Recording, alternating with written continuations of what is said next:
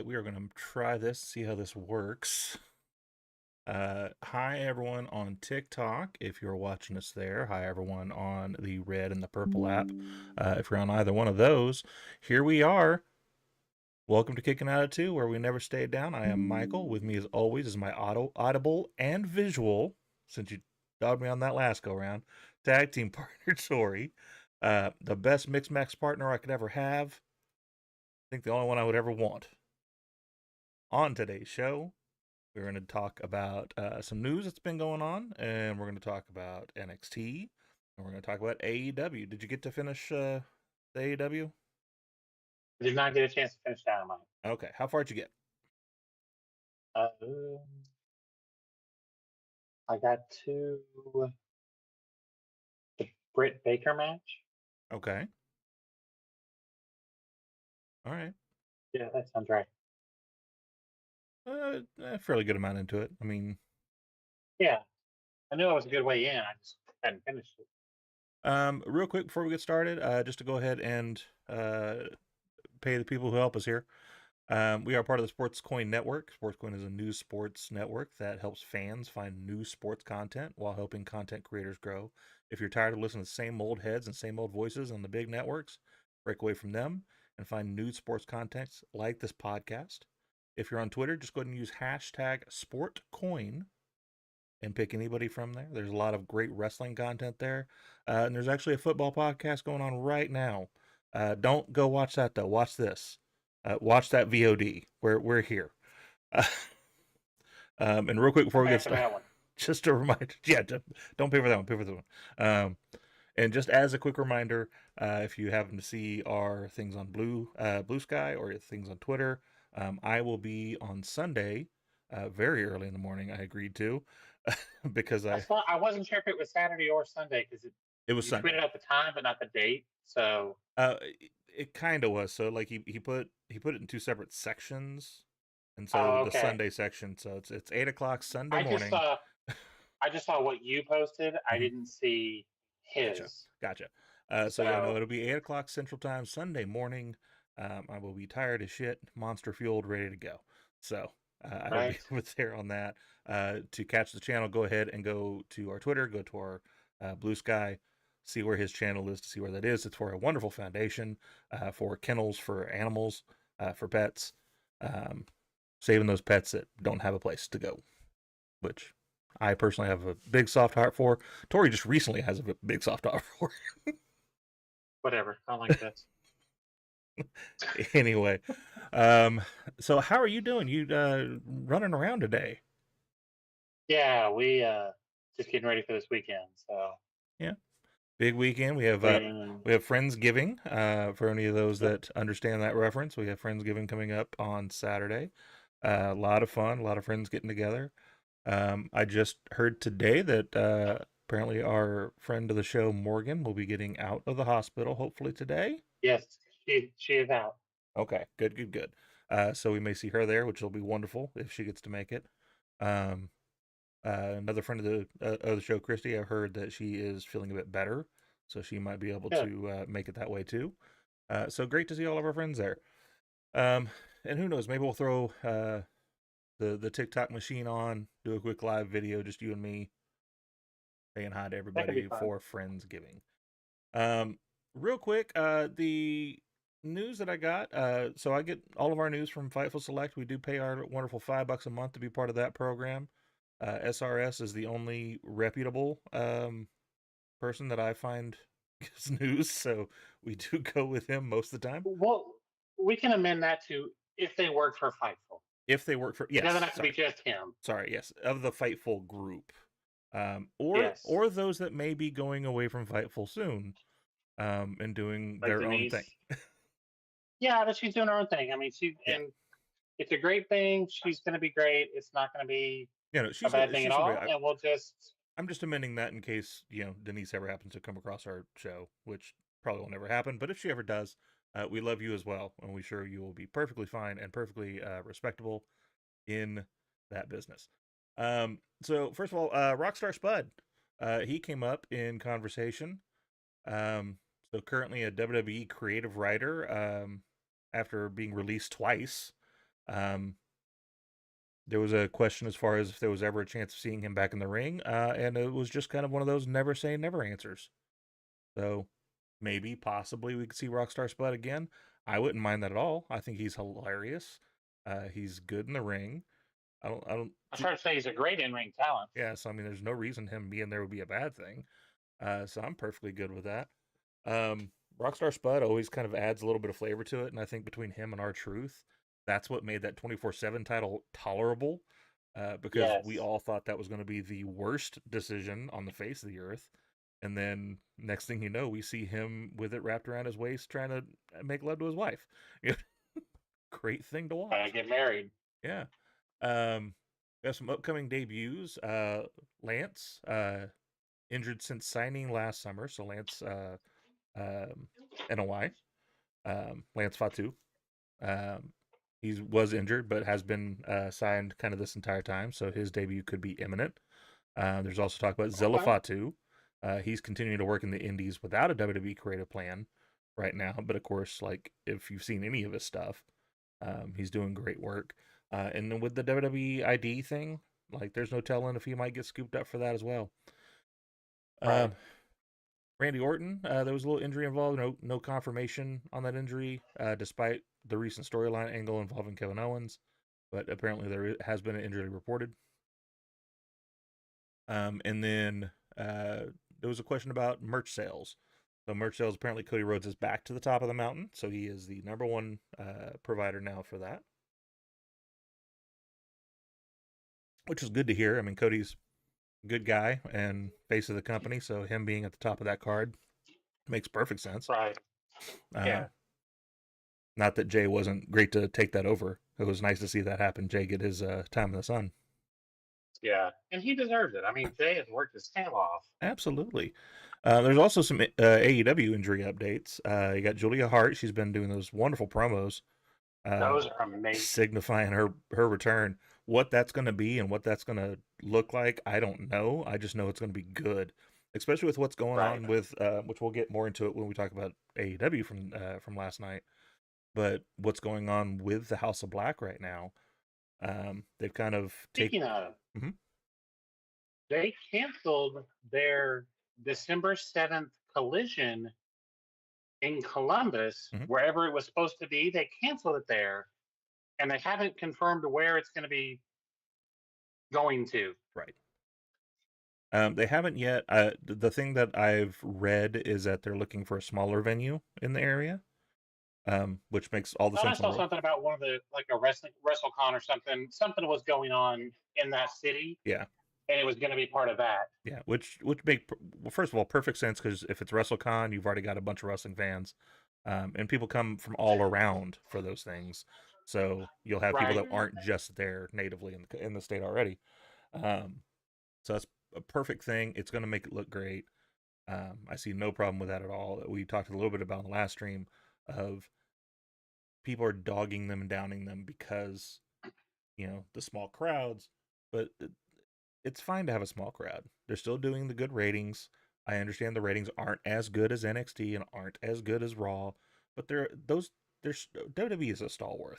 Like it's going to be there and it's going to topple until something happens. Um, so I see nothing wrong with that.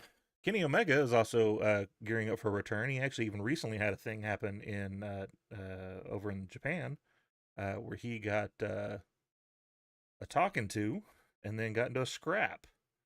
Um, so that was really kind of fun and interesting to do. He did a recent interview on SRS though. Definitely go take a listen to that if you haven't already. But it looks like he's gearing up, ready to come back. I know he wants his first match to be at Wrestle Kingdom. That's kind of what he's gearing for. Is that'll be his match back? And I think that's what they're doing this scrap with. I forget the last name of the guy, but Gabe something or something Gabe. Kid. Yeah, Gabe Kid. There you Gay kid.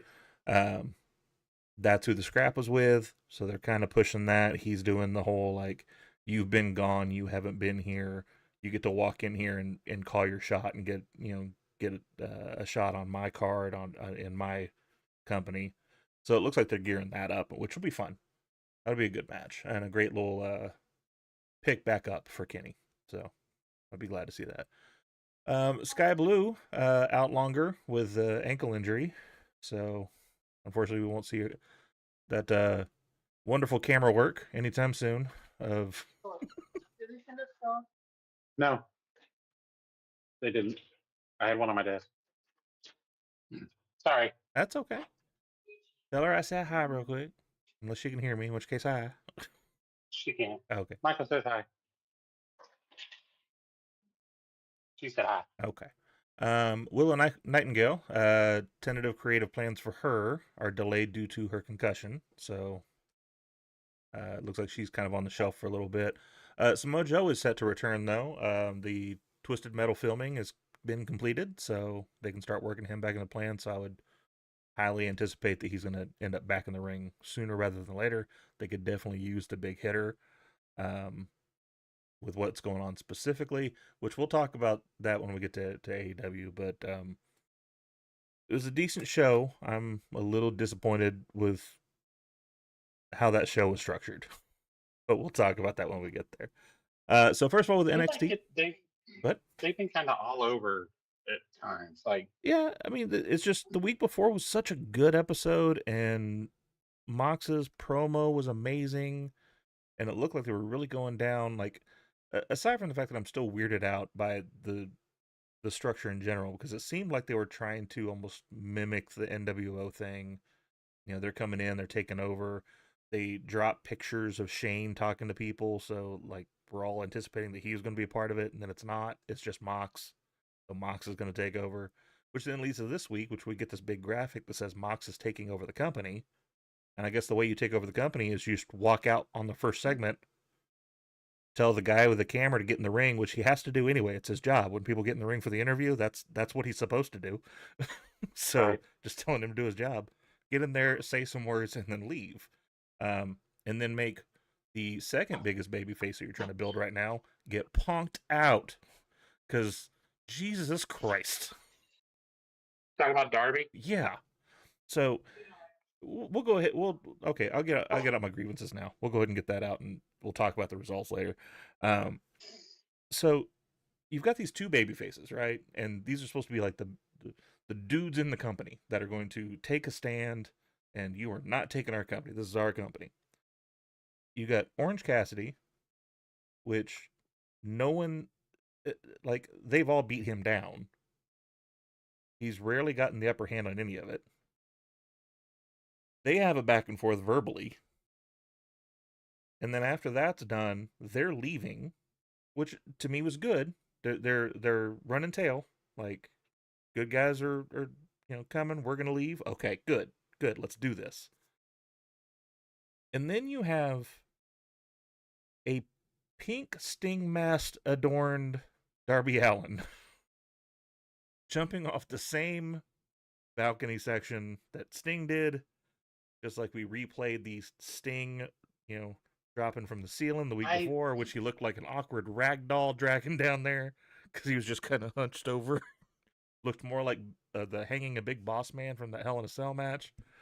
Um, but so he jumps off there onto all of them. You got, um, I want to say it was Tanay said, "Oh look, he was smart. He got them all wrangled into that little area for Darby to jump on all of them." No, they were headed that way because that's where the truck is. Like that, they were headed that way anyway. He didn't wrangle I anybody anyway. appreciate I appreciate that they try to make it sound that way, Yeah, but then they end up looking stupid. yeah. But so then they're taking off. Left Yuta behind.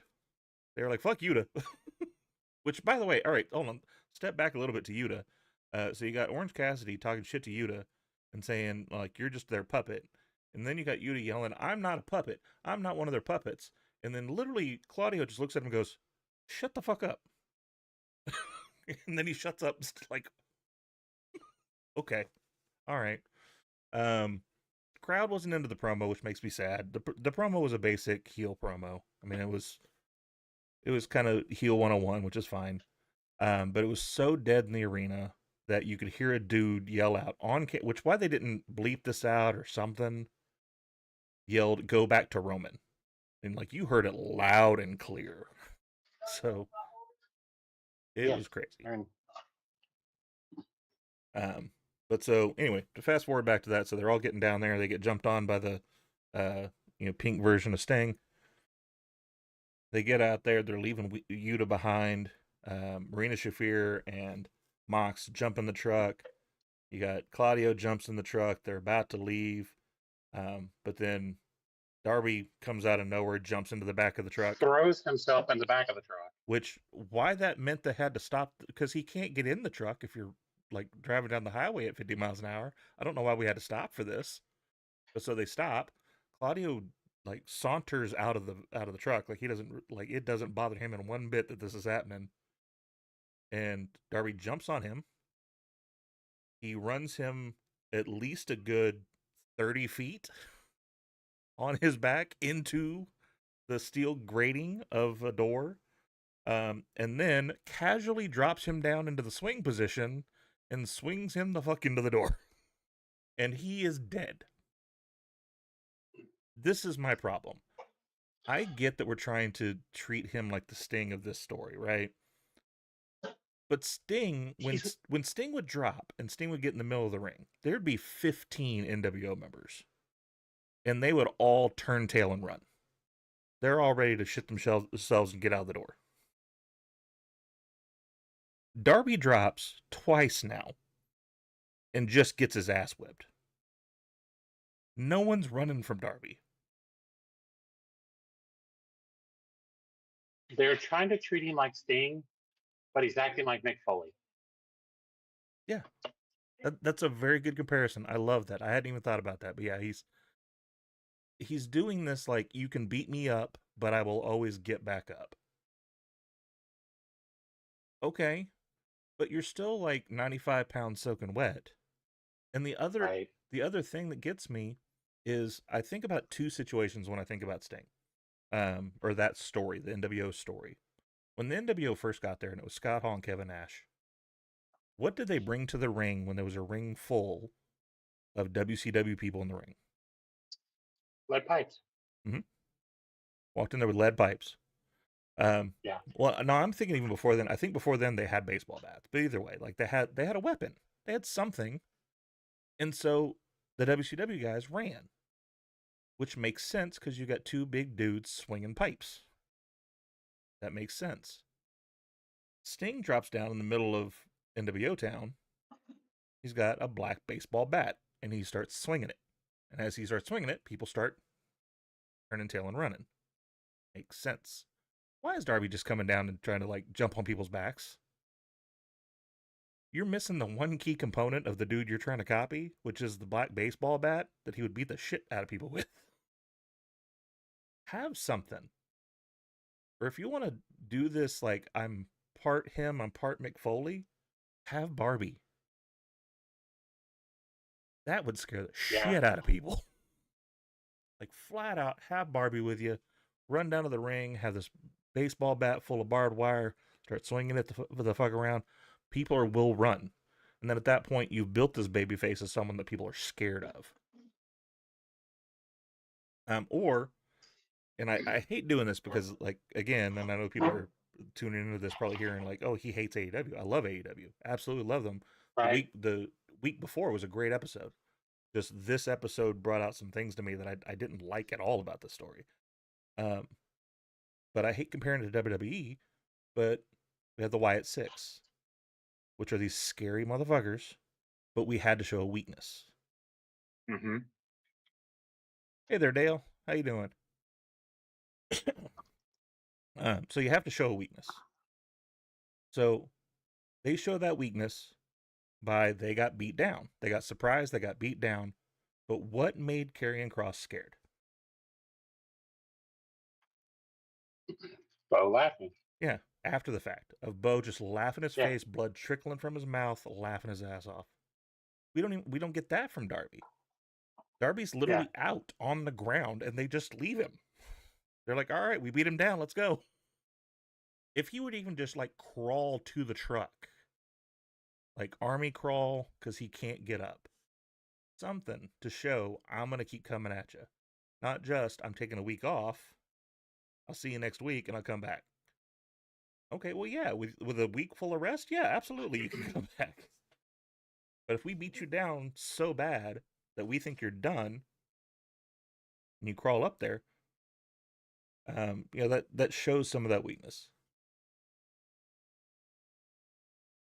They have Dale. I'll give you that. The Wyatt Six story has dropped off a little bit. They've been off TV. They haven't really done anything with it. I will say this last segment that they had got me back into that story.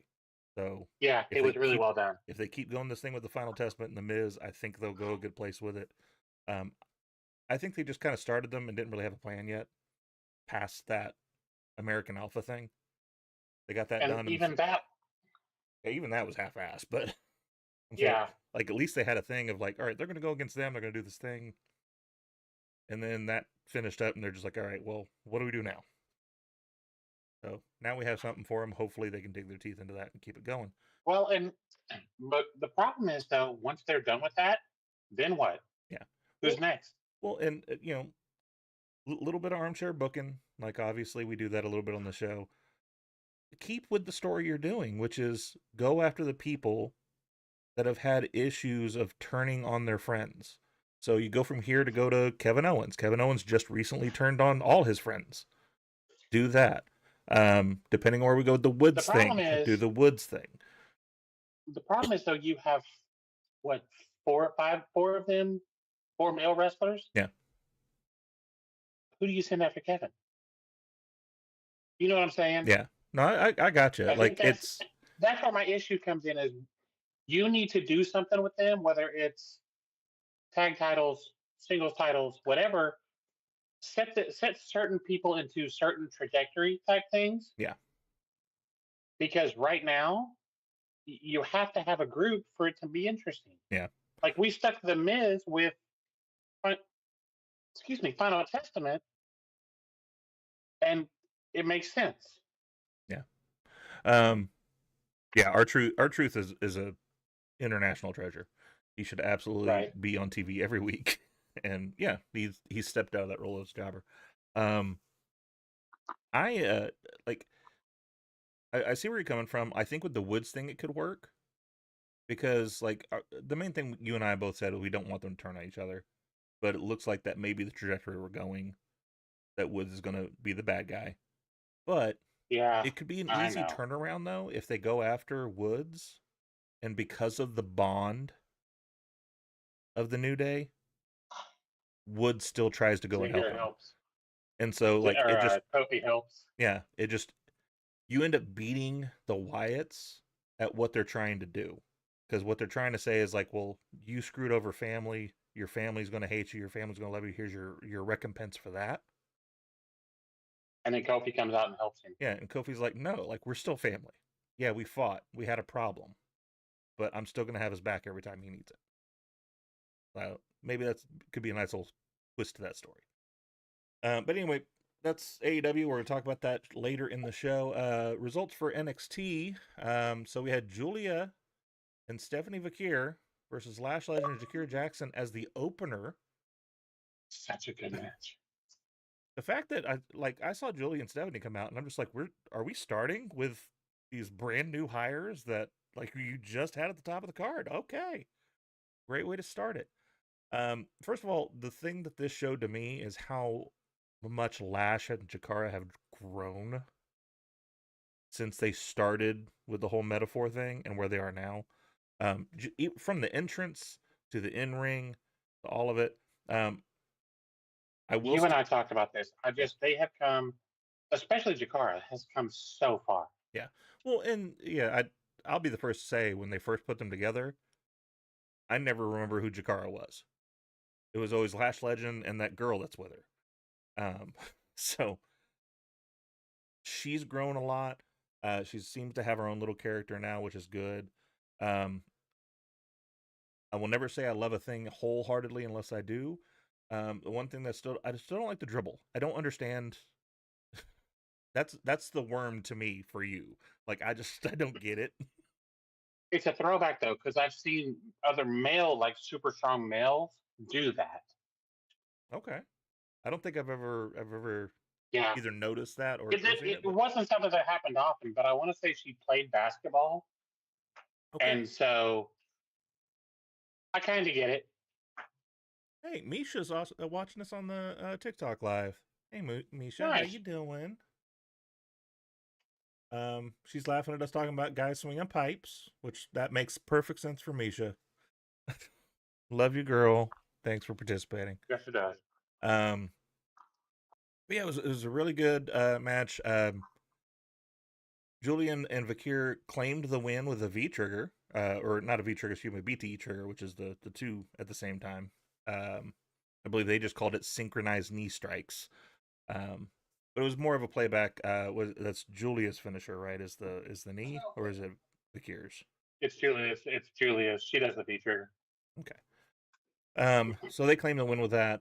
Legend and Jackson showed significant improvement. They were definitely showing toe to toe on this. It does give me hope that maybe they're going to push them into that role of getting those tag belts. Maybe they'll be the ones that get it off of I said Belair it. and I Jade. said it. I said it when I watched the show yesterday.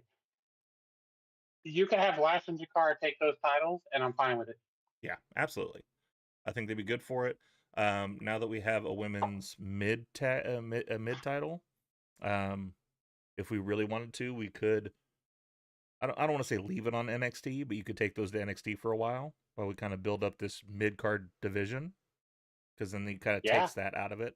Because where we are with the tag division right now, aside from like the main few that are doing it, is we're just sticking random people together, um, which is kind of funny, because NXT was kind of meta with that. If you notice that through the entire NXT, when they were talking about the men's tag belts that we were doing, and a lot of that was like you had the teams that were teams and constant teams getting onto the people going like they just stuck you two together. You're not even a tag team, and so they kind of were meta about it, and I like that they're calling themselves out of like, look, you have some people in here that aren't actually tag teams. Like right. we're a tag team. So that was kind of nice. Then we found out at the end of it that apparently these are the first two entrants into the Iron Survivor Challenge. So, good lord, we're already starting off this big with Julia and Stephanie being two members in that matchup. And then we find out later that Daria, I always forget her new name, Yeah, she is also going to be in it. So that was the three. And then we find out later who else is going to join them, at least the fourth member to join them out of the six. But so after that, we had Wesley versus Cedric Alexander. Had a nice wait, little. they're making. They just put those people in while the others have to Yes. compete for it. Yes, the others have matches for it. These two do That's not. Or these dookie. three do not. That's so stupid. Yeah, it happens. Um, I've read that too. I haven't solidified that by seeing SRS say it, Dale, but I have heard um, through a couple of tweets that Mike Bailey was leaving TNA for sure. But as far Doesn't as where he surprise was me. going, I haven't seen where he was going yet. I would not I be don't surprised if it was honestly. AEW. I don't. I don't see him fitting in. I wish I could say I don't, but however, could I see him standing in that line with Orange Cassidy of people that were supposed to be the guys to save the company? I could kind of see it. Um, I'd actually be kind of more afraid of Mike Bailey than I would be of a couple of people in that group. Um, but anyway, um, so yeah, we had Wesley versus Seti. Um, really fast paced match, which I wouldn't expect anything else from these two. Yeah, Um, Cedric is well versed in going fast, and he's also well versed in just mat wrestling. So him going against Wesley, you knew it was going to be an exciting match. What were you about to say? right. So Ruka qualified. Julia and Stephanie were just talking about it. They didn't qualify yet. The only person that has for the women's is Sol Ruka. Well, they didn't make that clear then, because literally what happened is after the Yeah, they match, they, didn't. they were getting interviewed, and they're like, "I'll see you there." Yeah, but they both. It doesn't say that they put them in. They just said they were. Oh, okay. They face off over the idea they're both going to end up in. Is what they're saying. Oh, okay. Is what this thing says. So, and I think yeah, she was the only one that got in. Well, and Delta, like even in her promo, flat out said like, "I'm going to be in there." That's weird that they're saying these definitives if they're not actually in it yet. Yeah, I don't think this is like the Royal Rumble where you just say I'm in it. I think this is one of those that you have to earn your way Yeah. in. Speaking of which, since the Royal Rumble is that way, why don't you just do that like the day after the Royal Rumble? Like I lost it. Hey, I'm gonna be in the one next year. Like, I call next. Well, I mean, Curtis Axel was still in that one for over a year, Yeah, so absolutely. Um. So anyway, yeah, it was a fast paced match. Lee overcame a really tough match for him, which I was a little surprised. I kind of thought Seti would get it, um, just so you could have like one ring general in there, um, and having a match because I assume that we found out later that it was for sure, but I assumed that Javon was also going to have a match because why would you not have Javon in that match? Having those two in the match together would be interesting because you have this mentor mentee thing going on. Yeah, to what you said though, we had Cora Jade versus Sol Ruka. This surprised the shit out of me. Like I love Sol Ruka, and I know she's been like they've been really pushing her over on the TNA side, doing all that stuff, and having her with Jordan. But I really thought Cora was going to grab that. depending on who's in this match, I wouldn't be surprised if she wins it. I wouldn't either. The way it's building up right now, like The way they're pushing her, yeah, because if you put the three newbies in there, like they kind of cancel each other out because they'll all be right? fighting for their spot. And Sol Ruka's entire thing is that she's flexible and sneaky because you have to be sneaky to hit that finish. And so Yeah, I could see it, and I wouldn't mind that at all. she needs to I come think up she's a with a great new one. one. Hmm? She needs to come up with a new one. I don't disagree with that at all. I think it's a good finish. I don't think you can't. There's only so many ways you can set up that finish. So Now, I think it's something you could pull out randomly? Yes, absolutely, but she needs a new finisher yeah, that's a little easier to hit. yeah. I kind of like I miss those days a little bit previously when they would have um, kind of multiple things in the chamber that they could use. Like usually they had something like they had a submission and they had a heavy hitting thing, and then a thing if they were fighting a dude that they couldn't pick up because they had a pickup move like a outsider edge or something. Right, They had something for that. Um, if they could let her have that, where she has kind of a couple of things that her there's her go tos, that would kind of work. Um, right. but she ended up getting it. Um, it was a really good match though. Like I mean, I don't think she could have a bad match. She's really smooth in the ring. And I just remember like seeing her get into the ring for this match because I haven't really watched one of her entrances. Even her entrance has gotten Right. so much smoother and cool Yeah, looking. very much so. Um, and then we had Javon Evans versus Lexis King. Um, seeing who he was matched again, I was again kind of surprised. I kind of thought Lexus would get this because they got this whole like Lexus is trying to build his, you I know, think he's going to take some L's for a while. probably. But it's just like I thought with this story of them kind of trying to have him build back up that he would beat Javon because Javon's the young.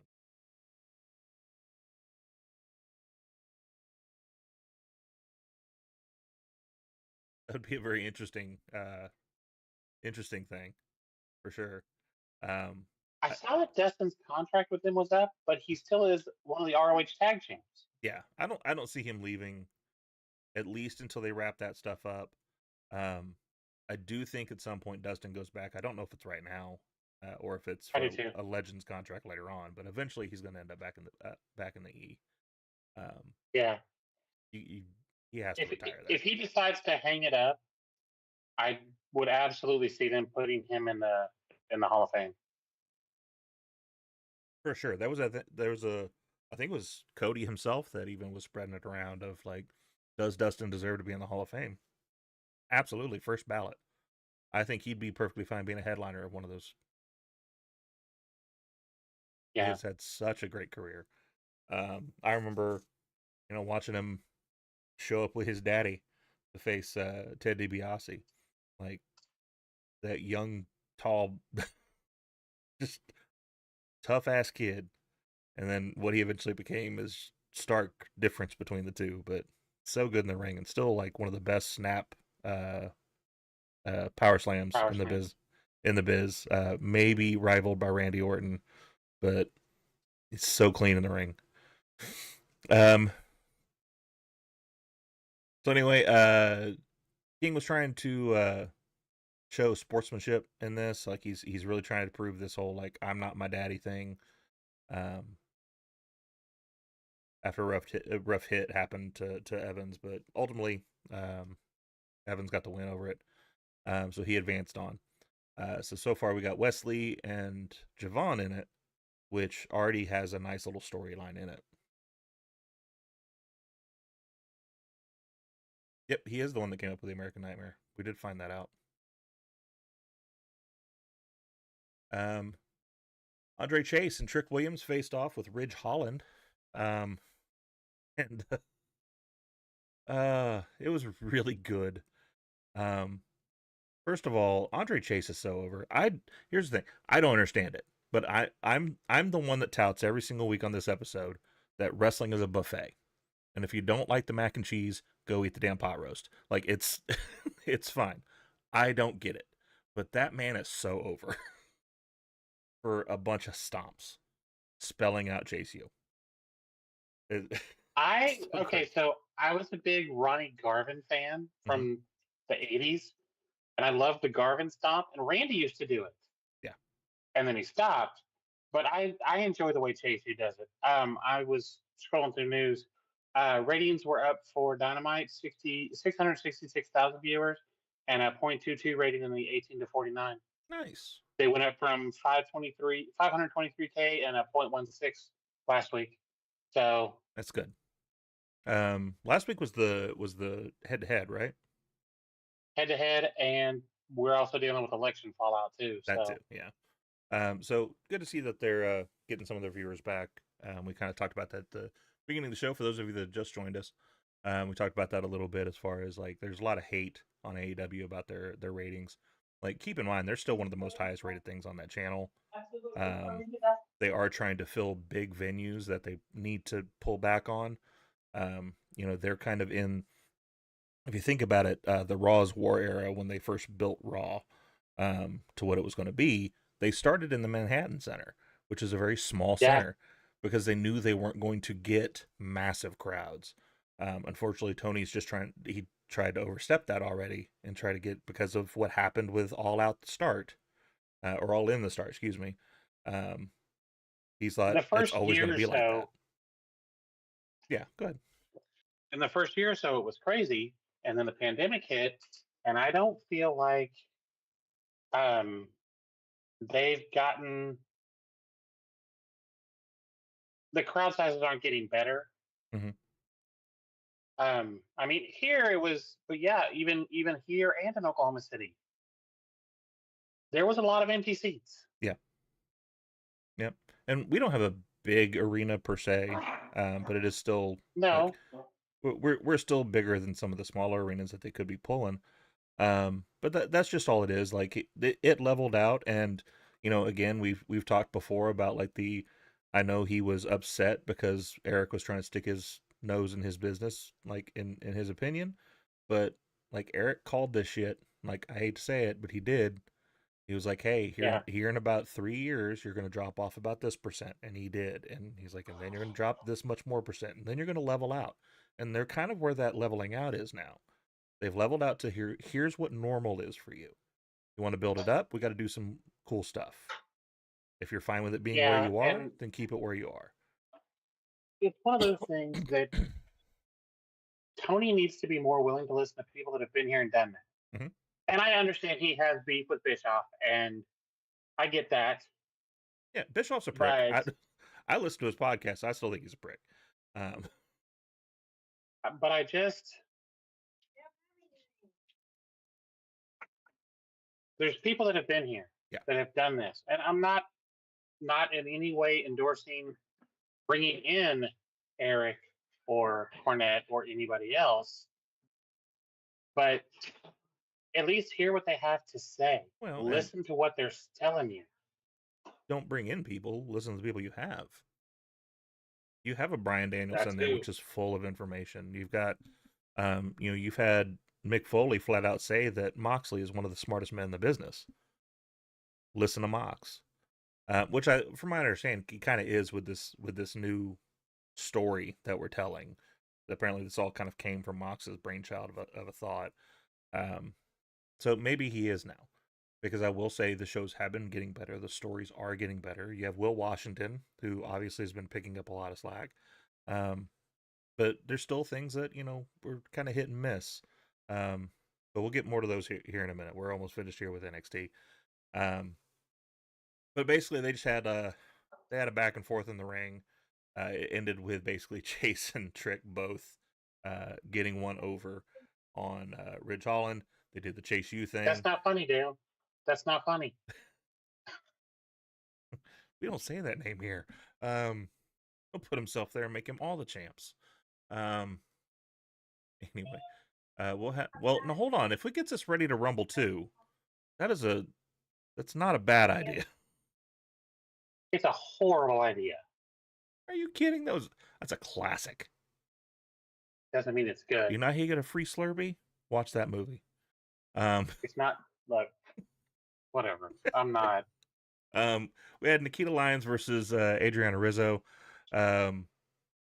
This was basically the culmination of the fact that we found out that Nikita was the one that attacked Rizzo. While the match kind of lacked chemistry, which I see a lot of people online. There, a lot of people are pushing that more on Nikita, talking about how Nikita hasn't really grown much. But to her credit, she's also been injured for like 90% of her time in NXT. So, yes, she's been there for 3 years. She hasn't had a lot of ring time. So, Right. she'll get there. We just got to I, keep her healthy. it's one of those things that I don't dislike her. Right. I mean, I have my own personal beefs, but that's not wrestling related. Um, I'm not impressed. Yeah. Like nothing she's done at any point makes me go, "Oh, I really like this one." So, Yeah. I mean, like currently you right said, now, she's been hurt. yeah, she's been hurt for most of it. So, like, hopefully she'll stay healthy this go round. She'll get some more time in. I know they're working on a story with her and Oba being some sort of thing that could also give her someone to play off of a little bit. Maybe that'll help because she's been just by herself this entire time for what little time she's been able to be on TV. Um, but it's basically, I don't know if this is a close to that rivalry, but at one point Rizzo pulls out a crowbar and beats her with a crowbar. That could be a way to finalize this, or that could be a way to bring this to the next level. So we'll see where that goes. But it was really interesting for her to pull out a crowbar. I haven't seen that since Crowbar. No, that's kind of become the family's weapon of choice. Oh, has it been? Okay. Yeah, Stax offered it to Tony when he beat the match where he beat Oba, and Tony declined. Okay. I guess I missed that. I'm good with that then. I mean it's a Jason Todd Joker themed for me, but yeah, is what it is. Shout out to any of those comic book fans out there. All right, and then we had the main event: Fallon Henley versus Kalani Jordan. They were really trying to push this match up to be something great. A lot of conversation from Booker T, trying to hype up as much as he could. An hour ago, SRS said Speedball is headed to AEW. Okay, there we go. So there's confirmation. Thank you. I'm going to go ahead and say Broke Here by friend of the show, Dale. That's what I'm going to say. So thank you, Dale. Here's the thing about Fallon Henley and her little group. I have never seen the comparison. Like, I understood the comparison because it was three women that were three women. Like, so we had Fatal Attraction, and now we have Fatal Influence, and it was three women, and JC was in both the groups. I saw the comparison that they meant for that, but aside from that, I didn't really see it because it was three completely different characters. JC's different than she was Very in true. that. Fallon was this little country girl, and then I always forget the third one. What's what's her name? Jasmine Nix. Jasmine. Um, uh, and then her. She was part of it. So to me, it was completely different people. However, that entrance on Tuesday, like it looked exactly like the Fatal Attraction, Yeah, and so I be I careful with am that, not. please. I'm not a fan of it, and I feel like it's just a matter of time until JC turns on Fallon because Fallon's the one with the title. Mm-hmm. And Jasmine will stay with JC, so and it'll turn Fallon back to a face because nobody cares about her as a heel. Yeah. But aside from that, it was a good match. To me, Kalani's still a little green, but that's going to happen. I mean, it's NXT, it's developmental, it's what this is for. Um, so she was a little green a lot of her stuff, but still a decent match. Jordan executed a standout, Spanish Fly and a split-legged moonsault. That looked really good. So, hopefully this builds her confidence up a little bit because, like, I think I said it to you when I was watching it. Like, what bothers me about her is she hesitates so much, and like, just go full bore. Like, if it messes up because you're going all in, then it messes up because you're going all in. But like doing the there was a standing um, She did a shooting star, Rolling Thunder, but turned it into a shooting star. yeah, and she kind of just stopped. Like she did the rolling and then she Yep. stopped and then did it, and it's like, I think it's I think it's one of those they're gonna have if she's gonna do it that way, they're gonna have to adjust the Rolling Thunder somehow. yeah, And I get the using the moveset for RVD because they've made a big deal about her being a big fan. Don't copy it. no, Like, don't. If she busts out a 5-star frog splash, I'm done. yeah, It just you need to develop your own thing. yeah. Um, So, what are your kind of final thoughts on NXT for that night? I thought it was a good show. I thought Yeah, it was a great show. I thought the Trick Andre Chase, uh,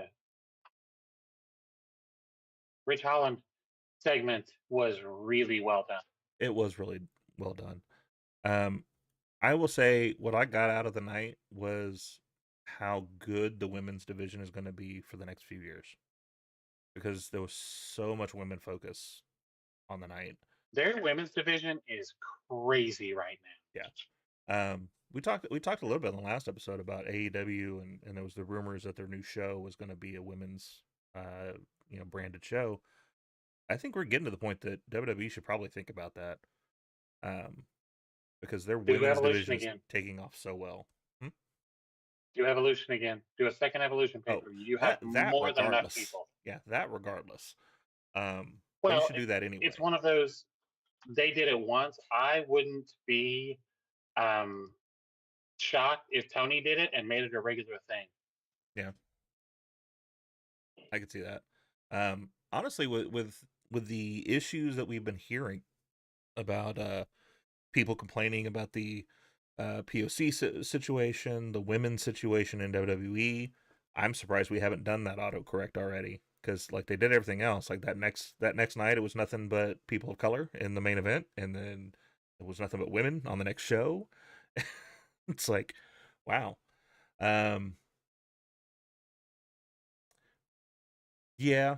Um, we've had our issues with the plastic bag thing. We talked about that the night of Yeah, that we're show. not. I'm not a fan of it. Um, I'm not a fan for two reasons. One, it's overly violent. I don't need that. I don't need like a practical murder on my TV when it comes to wrestling. Um, Also, though, I've never understood the plastic bag gimmick. If you don't hold their hands, that's stupid. You could just poked a hole in the bag. Like you're sitting there just taking this choke from a plastic bag. You could have just ripped your mouth open. Um, all right, so we're gonna go ahead and flip over to AEW. Jay White and Juice Robinson versus Adam Page and Christian Cage. We just need this to be in a cage with Brian Cage and maybe have Nicolas Cage as the special guest referee. Um, but The show kicked off. It was an action-packed match. You had It was a good match.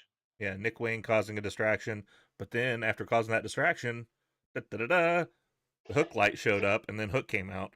Um, Here's my only issue with Hook showing up. Why did he put him in a dragon sleeper and not just put him in the regular choke? Because like you had to like he could have just put him in the I wondered about transmission. that too.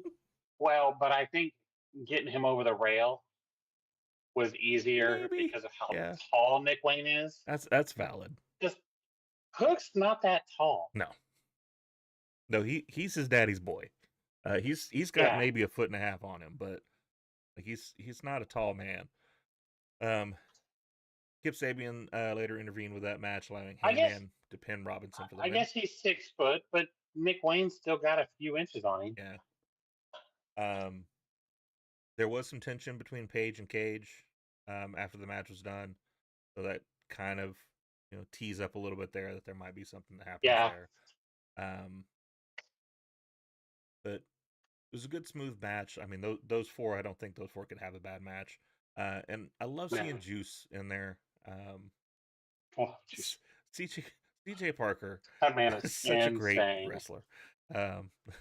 Just a lot of fun. Backstage, we had a wonderful little segment with Monet.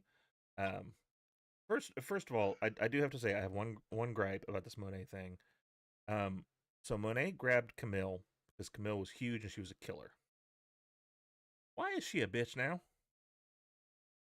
Because she I was was like, going to bring that up. you're gonna drop my coat on the floor. Pick it up. I can't help it if she don't know how to drive. Why are you taking this shit? Knock her ass out. I wonder how long this is going to go. First of all, Camille's arm was in a sling, and I don't know what's going on there. Yeah. But I don't get it. Like you said, what? Yeah. What are we doing? Like it doesn't make any sense. And then to get punked out the way she did by Chris Statlander. Well, so hold on. Before we get to her punking out by Statlander, this is the part that I really enjoyed. So she tells her like, go put my shit in the truck. So she like Camille supposedly walks to wherever the truck is to go put it in the truck. And then Monet's like looking at the camera down the barrel, and you see Stat just kind of slide into the background. And first of all, when she's dressed like that, I don't know who it is right off the bat. So I'm like, who's this big bitch back here? About to whoop her ass. And then I'm like, oh, it's Stat. Okay. But so then Stat comes down, starts whooping her ass. Camille tries to come out, and she punks her out too. And they all go through this fake wall. So they're all just kind of laying on the ground, all taken out by each other. Like Camille stuck her head out the door. Stat just grabbed her and slammed her into that wall. And I'm like, how are you going to do her like that? Yeah. I don't know why we're punking her out all of a sudden. It's just, I don't know if it's because it's so similar to what they're doing with Liv right now with Raquel. And so, like, you can't have, like, another small champion with a big person that's just being the muscle, which, let's be clear, the Diesel Rodriguez over there is not really doing a lot either. So, I don't think we're doing too well with her little gimmick either. We had Lance Archer versus Roderick Strong. Falls Count Anywhere match. Why this was a Falls Count Anywhere match, I don't know. But apparently, that's just what we're going to do. I know. Okay, so this was a solid match. Yes. Brian Cage gets involved. Undisputed Kingdom gets involved. That's why it was a Falls Count Anywhere, because if you put Roderick in the ring with Lance Archer, that's not a fight. Oh, yeah. No. Logistically, I understand it. Kayfabe wise, I have no idea why we decided we're going to make this a Falls Count Anywhere match, because there was, as far as I know, no extreme heat between him and Murder Hawk, and so we're just going to have a Falls Count Anywhere match just because. But no, it was a really good match. These are the types of things that drive everybody crazy. Like, why Yep. I understand that Roderick was doing this for that third win to get to Max at full gear. I get that part, Yeah. but just a random false. And I understand. I also understand. Well, here's the tie-in. Callis, Archer's part of the Callis family. Hmm. Callis got paid off by Max. That's why it was Archer. Yeah.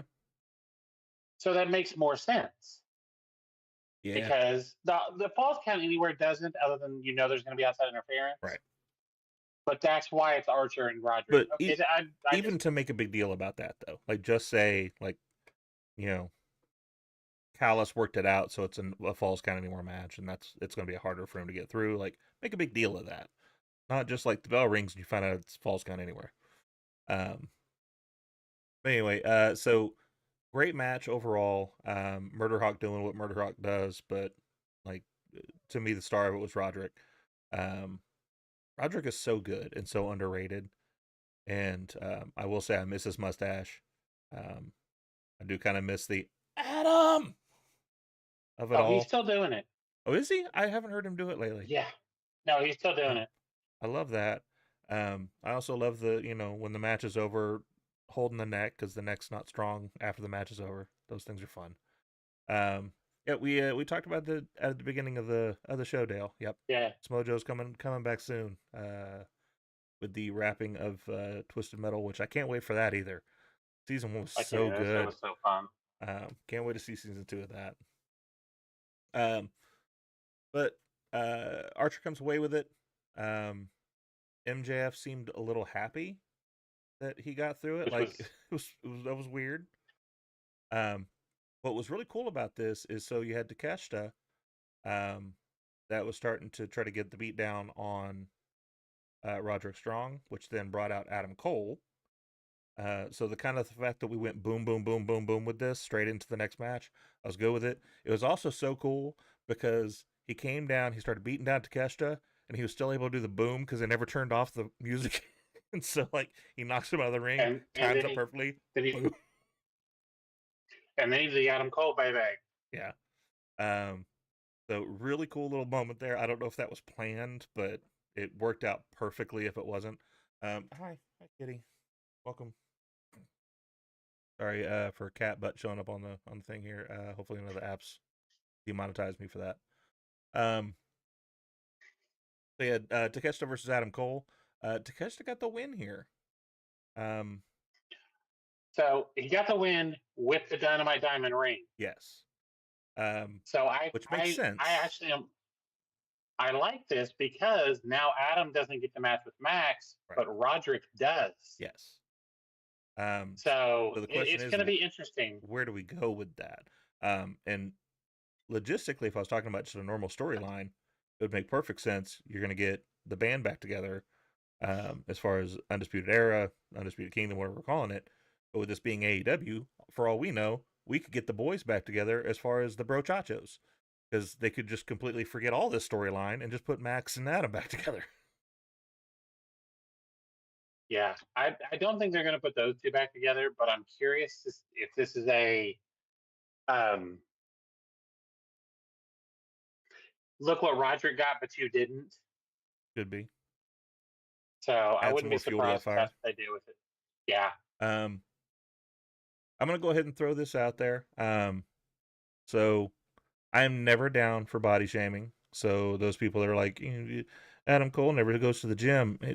That's not his body type. That's not what he's like. He's great in the ring. He's limber and all that, but he needs to put spray tan down. Um, he looks jaundiced. He looks yellow. Someone posted a picture of him standing in front of his Titantron, and like he was about the same color as the Titantron. Yeah, Like you need to put it down, homie. Like it's bad. Um, you're the one that showed me his match the week before with Malachi, and like he I pulls think pulls the knee pad down, and the knee pad is stark white versus the rest of his body. yeah. I do think he actually spray tanned his knee this time. Yeah, I did not see the starkness of difference, so hopefully he learned his lesson on that. But I don't know if he like bought a bad batch or if like he went to dollar store and got some spray tan or what. Like, but he needs to put I that don't down. know, but it's bad. Good lord, man. Um, We had Britt Baker back on our TVs, which I'm always down for, and Penelope Ford back in the ring. That match was really good, and Britt reversing that hold Mm-hmm. was incredible. Yes. So to what you're talking about there. So it looks like Penelope's going to get the match because she puts on the Moodle Lock, which is a very intense move. It always has been. That's been one of the most protective ones in the business. But from there, she just kind of reaches over and puts the mandible on, which causes Penelope to The let go of lockjaw low of it, and then she just switches position, gets right back. transitioned into it. It was It so was good. so well done. Yep. Like it was one of those things that you see it happen, you go, "Oh shit!" Yeah.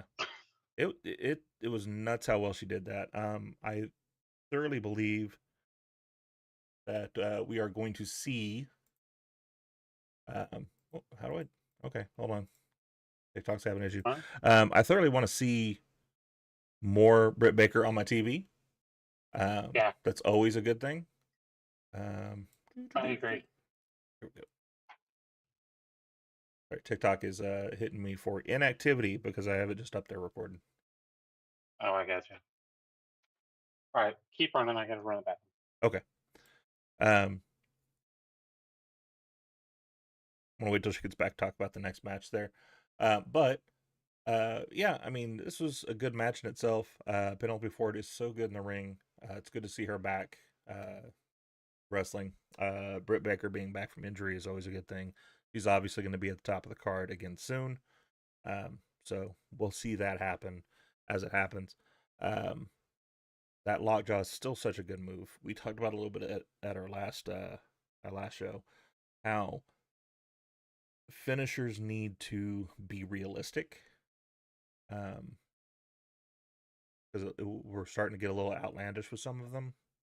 We talked specifically about the mandible claw, of how it's actually a nerve hold. So you put the two fingers underneath the tongue, get a nerve there. You put the thumb under, which hits a nerve there, and you're essentially like you're nerve painting the person into a submission, and then restricting the blood flow, making the pass out. It was all explained by Mick Foley of why he picked that as a finish in his book. And if you haven't read his book, definitely read his book because it's such a good book.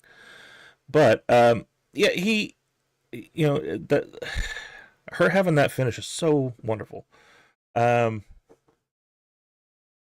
me go ahead and do All right, these I'm in back. order real quick. So Dale, first of all, yes, Vikingo, Jesus Christ, if you've never seen that man in person do that shit, he was Oh my he god! was on the show they did here in Oklahoma, and that man is just insane. How Yeah, good he is and how smooth he is. We see people that try to do moves like that when we had like Sin Cara, and there's always at least one or two slip ups that happen. This man never slipped up, like not once. it's what he can do is crazy. Yeah. Um, I would The love to Jake see him Roberts back. I need. question. Go Go ahead. ahead, Ty. Well, I was just gonna say, I definitely want to see him back. I want to see them put him with somebody though, because it doesn't seem like he has all the charisma in the ring, but once he gets put on the mic to try to promote himself, he doesn't do a very good job. So like put him with a Don Callis or something. Like put him with someone who could talk him up. Go ahead now. I agree. Or putting with Alex. Yeah. Do the same thing you're doing with Commander. Mm-hmm. Um, for the Jake Roberts question, it's LFI. He's taken over with Roosh and Drulisico and uh, Beast Mortos, attorney at law. Yep. Which did you see? Did you see the funny little bit between them and FTR the week before? I don't know if we've talked about that yet. Yes, where yes. where he wouldn't get out of the ring, and so finally they like had to grab him and drag him out of the ring. Like, come on! And FTR is just like, what the hell, man? He was jacking at him because they kept hitting him. He just kept falling down, getting back up. No, Powder, get out of the ring. Um, yeah, that was a cool little thing that they did, like having a trade situation with management.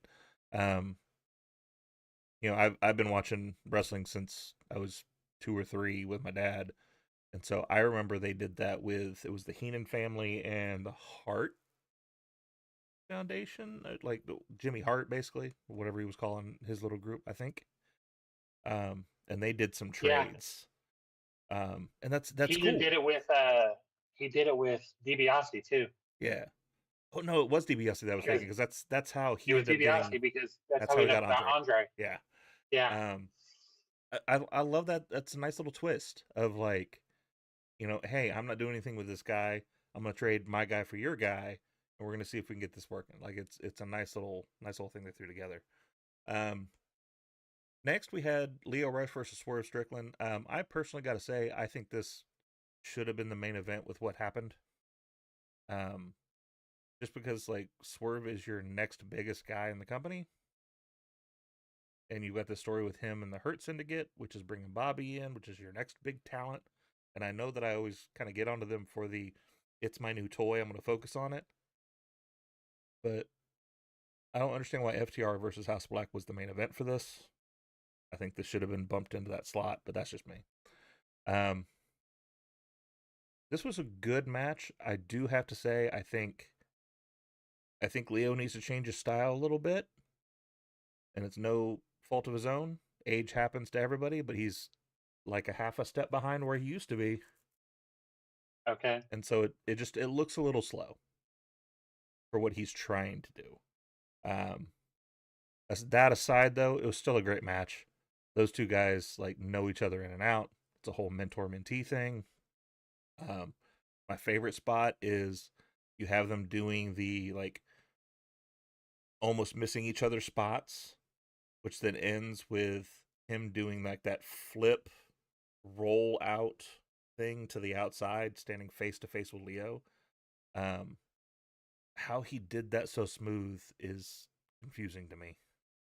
Like, I don't know how you plan for that, but was a nice little spot. Um, Ended the way we thought it was going to end, though. Like there was no way that Leo Rush was going to get this. Um, this was a thing that I think, again, like we talked last week about little things in the story, and I think there could have been a little thing added to this. So what ends up happening at the end of the match is he gets out there, he gets on the mic, he says the wrong city by accident, which we've seen happen before. Swerve did? Yeah, Swerve did. He said Stanford. They were not in Stanford, which Stanford itself is also a bad thing you don't want to say in an AEW ring. But um, he says, basically it's like you guys are doing this. I'm calling you out right now. Come out here and face me. MVP and Bobby Lashley come out alone. There's no explanation of why Shelton's not there. And so I saw it coming a mile away. They're talking. Bobby's taking off the stuff. MVP's like, he's hyping up the fact that we're going to have this match later. And then he looks over at Bobby and sees Bobby taking off his shirt and stuff. And he's like, oh, I guess, well, Bobby wants to fight now. So I guess we'll just fight now. But the thing you need to learn, Swerve, is that there is strength in numbers, which you're going to learn right now. And then he gets sidelined by Shelton. They had a little interview right before this match. Give me a reason why Shelton's not with you. Shelton's going back to the hotel. Yeah. Shelton's going to go get food. He's not here. He's not in whatever. Yeah. Yeah. Give me I some reason agree. he's not there. Because if I you don't agree. give me that, and I see all three of you are there, and I see two come out, I know what's happening. I know where that third one's going to happen. But so he gets ambushed. They have a big beat down on him and Nana. Nana did kind of have a funny moment. Shelton's like, he's trapped him in the corner, making him watch, them beat down Swerve. And then they dump him, and he takes one of the nastiest bumps I've seen him take. So I hope he's okay, because he hit hard. Okay. Then we had the FTR versus House of Black. I'm not going to go into a lot of detail of it because I still want you to watch the match and enjoy everything that kind of happened there. But I know House of Black won, which surprises the hell out of me. it does me too, especially because of what happened at the end of the match, which is he put his boots in the ring. I'm just Who playing. did? I'm just playing. uh, no. It was a great match though. Um, this is where I was kind of saying like I'm really confused at how where we're gonna go with this Julia Hart situation because the Julia Hart promos seem like it's getting her more into the House of Black Julia Hart, which as great as they are, I don't understand that story because she was already Julia Hart from the House of Black. Well, but when it happened, like you also have to remember that when it happened back in the first year and a half of AEW Mm-hmm. was when all it turned. They have a whole different audience. Yeah, no, I get it. So I kind of get um, the let's go back to this, but It's the start of the story though for me. Like it's cool that we're gonna do that, but give me a reason why she's thinking about being a cheerleader again.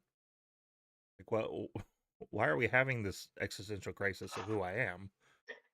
that's fair. Because nothing's happened. It's there's nothing that caused this. It was just all of a sudden it's like we're doing these cool Well, vignettes, which are cool vignettes. I love them, they're amazing. but again, give me a Um, reason why all of a sudden we're like, all right, she's thinking about when she was a cheerleader. I think it's that she's been out with an injury, and so she's reflecting on her career. Maybe Maybe. I See, just to me that's what would make the most but sense. you're explaining this, like when I watched Aragon, the movie, and it's like I knew what everything was happening in the movie because I read the book. But then I showed my dad Aragon, and he was like, I don't understand anything that just It's happened. terrible. It's a terrible movie. And I realized I was filling in the blanks by myself. Um, yeah, that's a great story. I wish we were telling that story. Um, I think that we may get there. Like this is just the first couple. yeah, I also think putting her back with the House of Black will cause a change to make them more focused yeah, maybe. because she was kind of the Well, major linchpin to that. and so then that brings to what I was talking about earlier, though, of maybe it's going to help them focus, um, because at the end of this match, they broke Mystique again. So we've had a couple of things that have happened with this. Like Brody breaks down. He doesn't come out in the House of Black stuff. He came out in just like, street gear to talk to Darby. Yeah. After this match was done, they went and shook their hands and did the whole did that whole thing.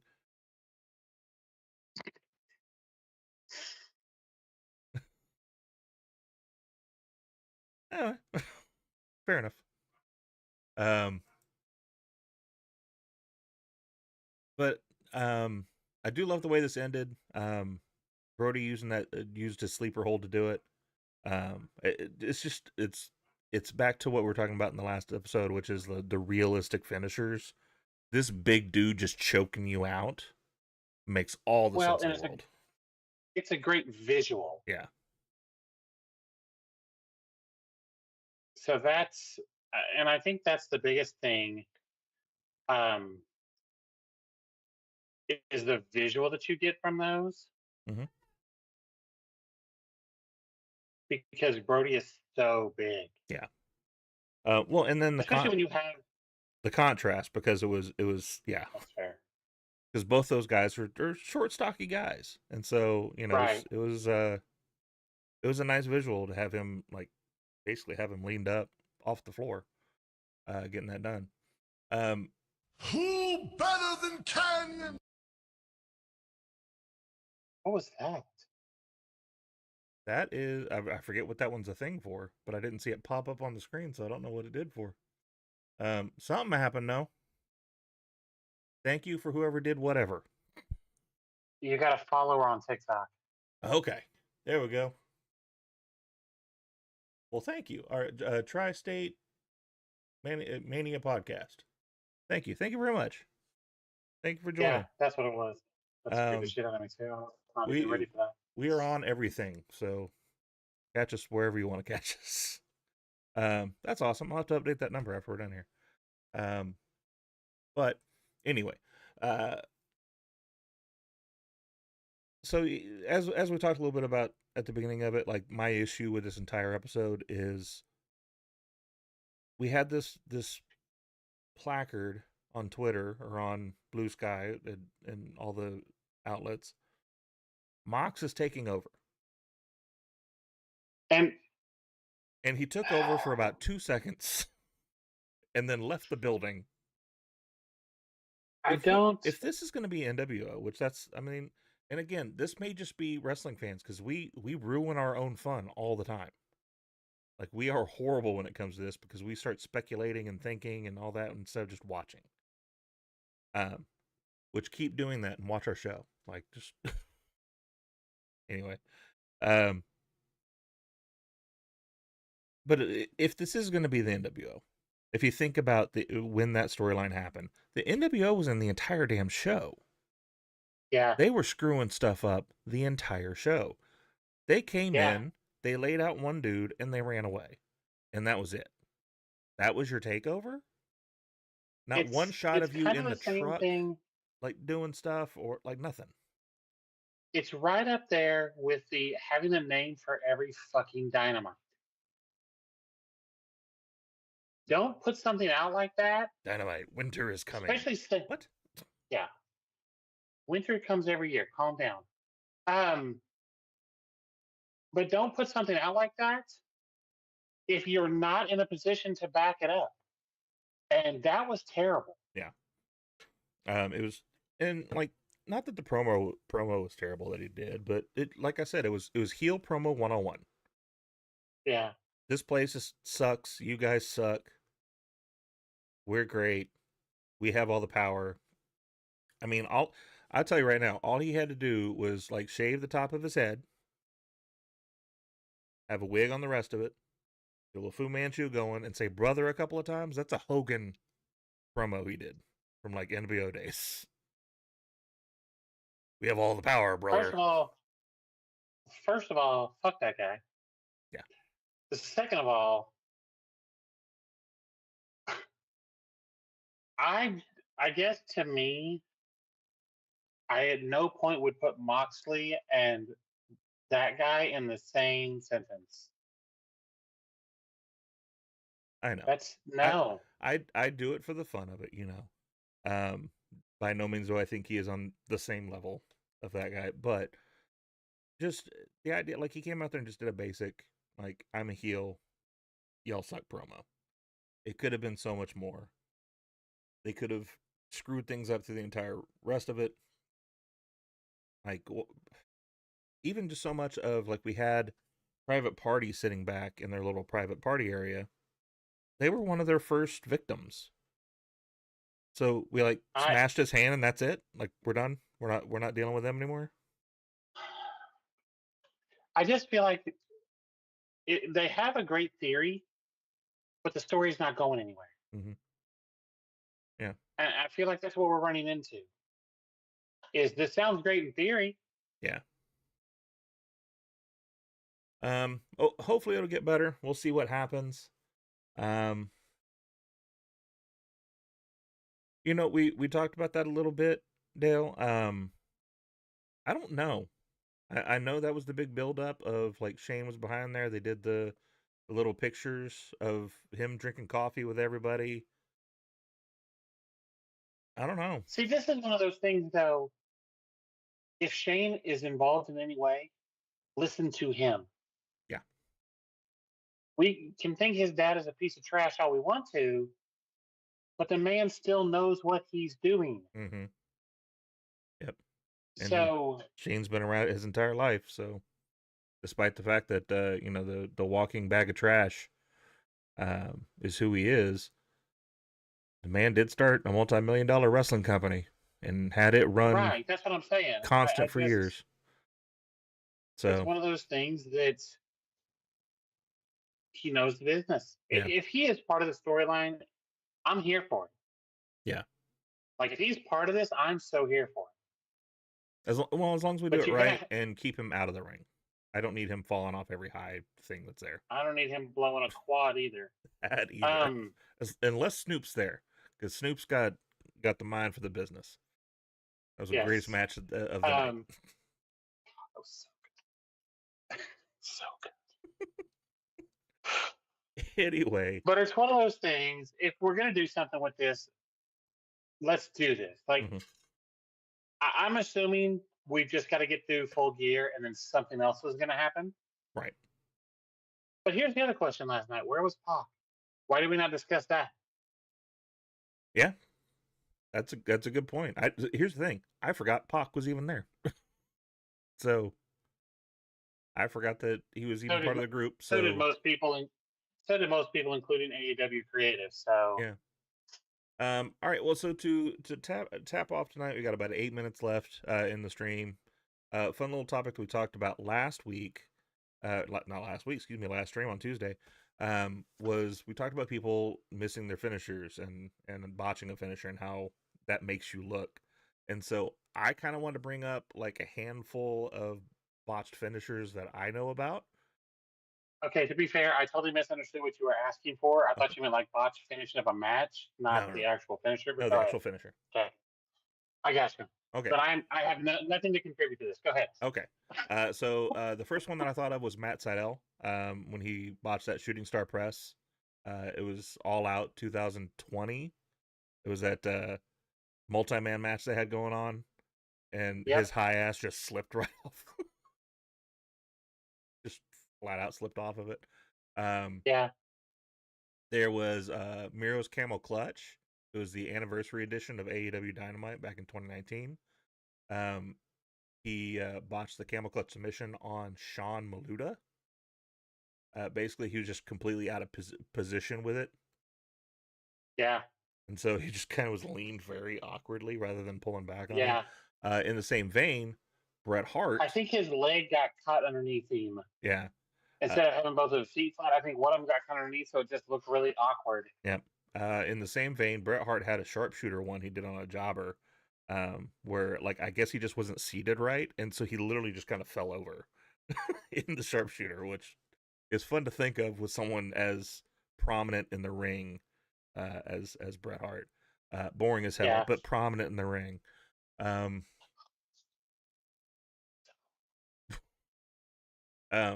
Undertaker also has had quite a few, but the one that comes to mind is the one he did on Goldberg.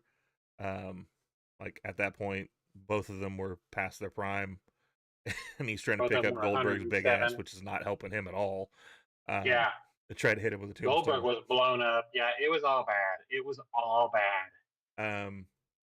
Randy has had a few RKO ones. Like we've had the most The recent one with Javon. Yeah, with Javon. You had the one with I think it was Jericho, had the walls of Jericho, and he was trying to swing through to grab him while he had the walls on somebody, and he just completely missed. And so the only option he had was to run back on the ropes and do it again.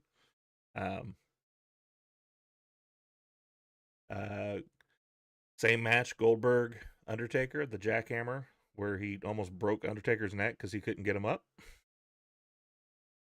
I should tell you something. Yeah. The page turner, when AJ faced Paige in her debut on the main roster. Yeah. That page turner looked really nasty.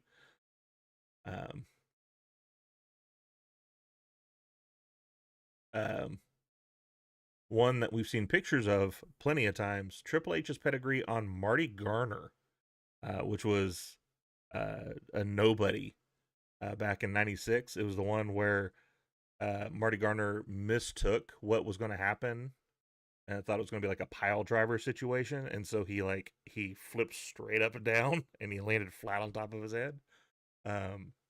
Good lord. Ryback, when he tried to shell shock Tensai, he just couldn't get him up. I don't know. People say that Tensai was sandbagging him, which I wouldn't put it past him, but also Ryback's also trash, so whichever.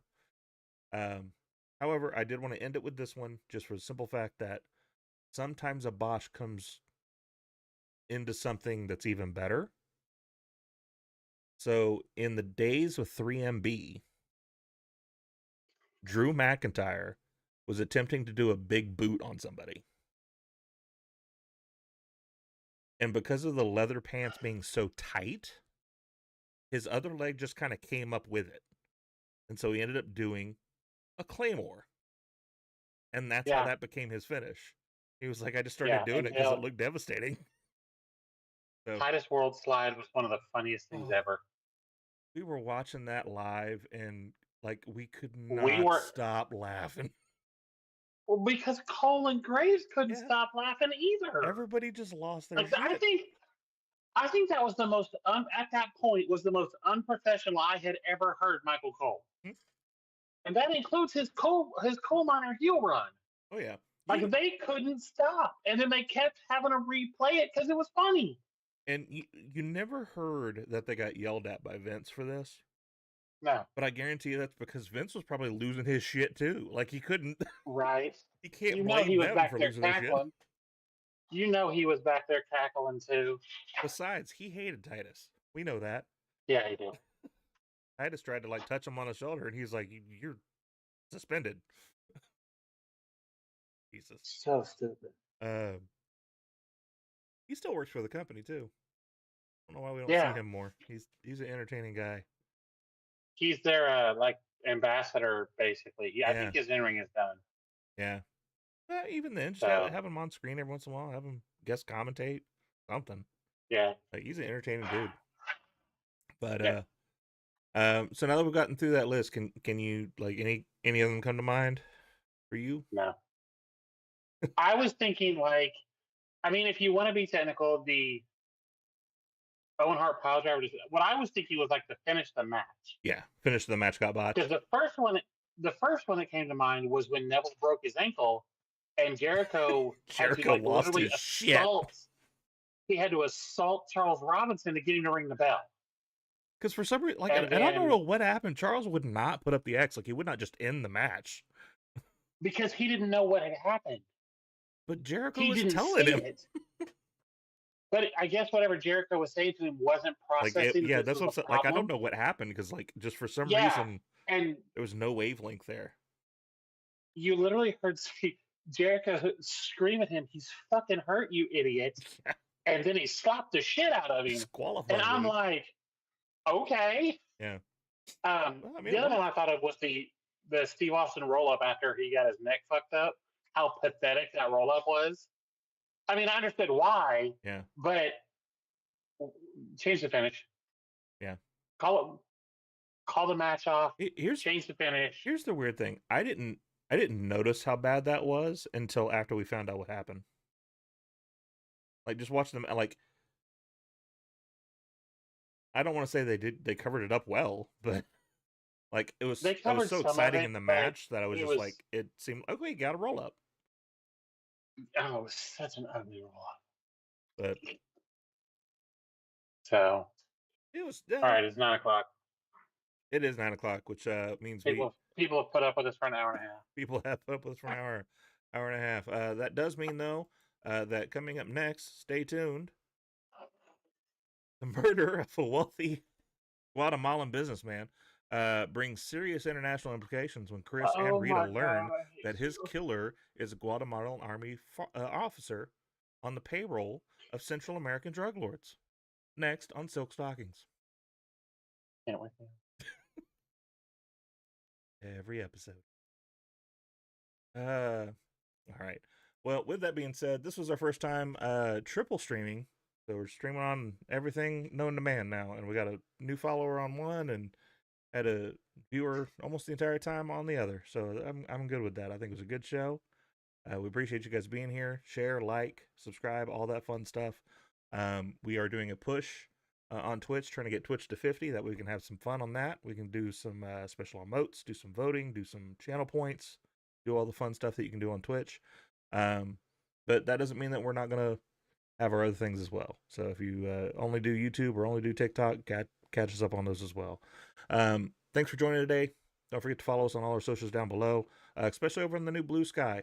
If you're tired of being in the swamp, It's a great place to They had be. 1 million people sign up in a day. If I saw I'm it just like, right, oh, it pushed TikTok off of the top 10 free apps and became number it's one number in one. itself. Yeah. Yeah. So it's definitely a good place, though. Here's the thing. I know eventually the others are going to follow. I know it's going to happen.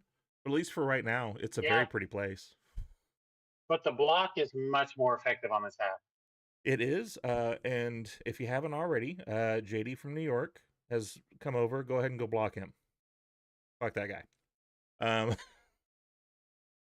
But with that in mind, keep in mind, pro wrestling is for everyone. Let's keep supporting each other and building this awesome community together. Until next time, I'm Michael. This is Tori.